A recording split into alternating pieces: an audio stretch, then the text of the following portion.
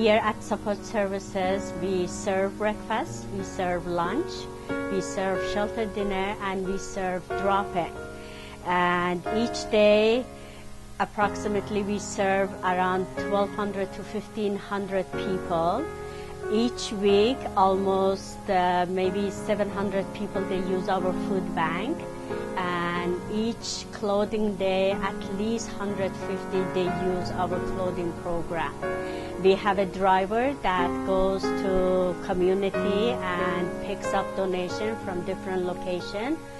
And most of our stuff comes as a donation, and we rely on donation.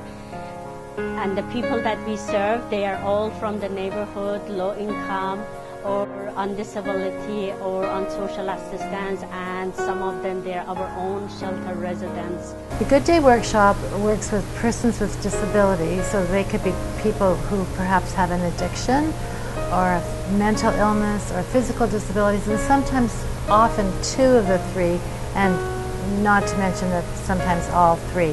We have a workshop, and in the workshop we repair old wooden furniture that is brought to us by the community of Ottawa. So we call those people clients because they bring their old furniture to us to repair, refinish, make beautiful again, and they pay us for that. And because we're paid for that service, we are a social enterprise. We've opened up this wonderful social enterprise. We've called it Rick's Tuck Shop. And it's amazing. It's in the Bronson Center. We sell chocolate bars and pop and ice cream and coffee. The funds are important, but more important is to prepare people for some kind of work, learning how to be in an environment of working, all the things that you need to know to get a job and to maintain a job. A lot of our clients have been here for 2 years, 5 years, 10 years. Generally, when we are dealing with people who have been here for a long time, it's because we're looking at other issues, so mental health issues, developmental issues, addiction issues, and we try our best to address what's going on with them. Even with that, there's a severe gap, and that's why we have people who do fall through the cracks and do end up here for such long periods of time. We provide services up to 550 different faces every year. So we have many women that have been here for an extended period of time, and they may leave for a short period of time, try housing in the community as an example, and because they don't have supports in the community, it doesn't last. They're back here, and they're pretty devastated because everybody wants a home. Everyone deserves a home. The organization has evolved over the years into providing supportive living for these clients because we have no other place to send them, so we sort of create the spots ourselves. My time in shelter was very important because it helped me understand a little more about myself. When I came to the Shepherds of Good Hope, I was broke, I didn't have anything, I was addicted to drugs. I stayed in shelter for a few months until I finally decided to see what the Shepherds of Good Hope could do for me. They were pretty prompt, and they urged me to do certain things such as talk to doctors, caseworkers, and counselors. They feel that it's very beneficial that there's things that we do so that our minds aren't preoccupied on what isn't right for us, what isn't healthy. The success is often not necessarily seen right away, but it's definitely experienced and felt. And over time, we have managed to make a difference in many people's lives. People who are no longer on floor, who have developed enough supports and enough life skills to be able to give themselves a chance to join into the private market. 208 St. Andrews Residence was created to meet a need for affordable and safe housing for people who are dealing with a significant mental health issue and or a concurrent disorder. It's a 35-unit apartment building. Tenants are able to access a common resource room where we do a lot of community building.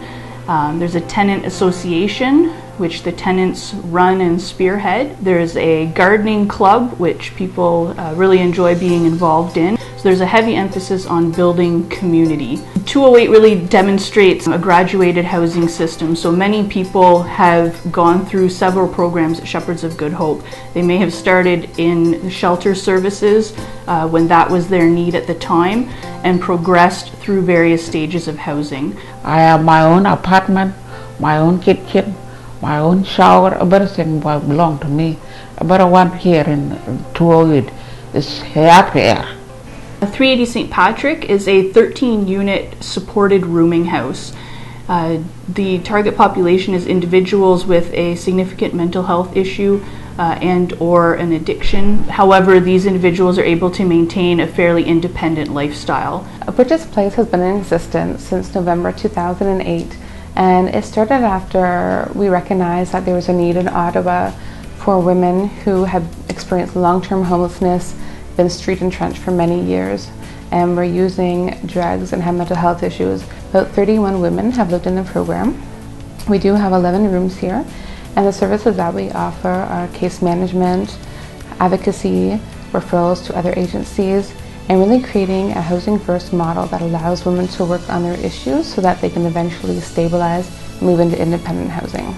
It motivated me to actually wake up in the morning, go out and do my things and get my appointments done. And sometimes it's kind of hard at first, but you know, I got there slowly. I'm doing pretty good. I'm proud of myself. The adjustment period is a fascinating thing to actually watch, and it's quite different for different residents that move in here.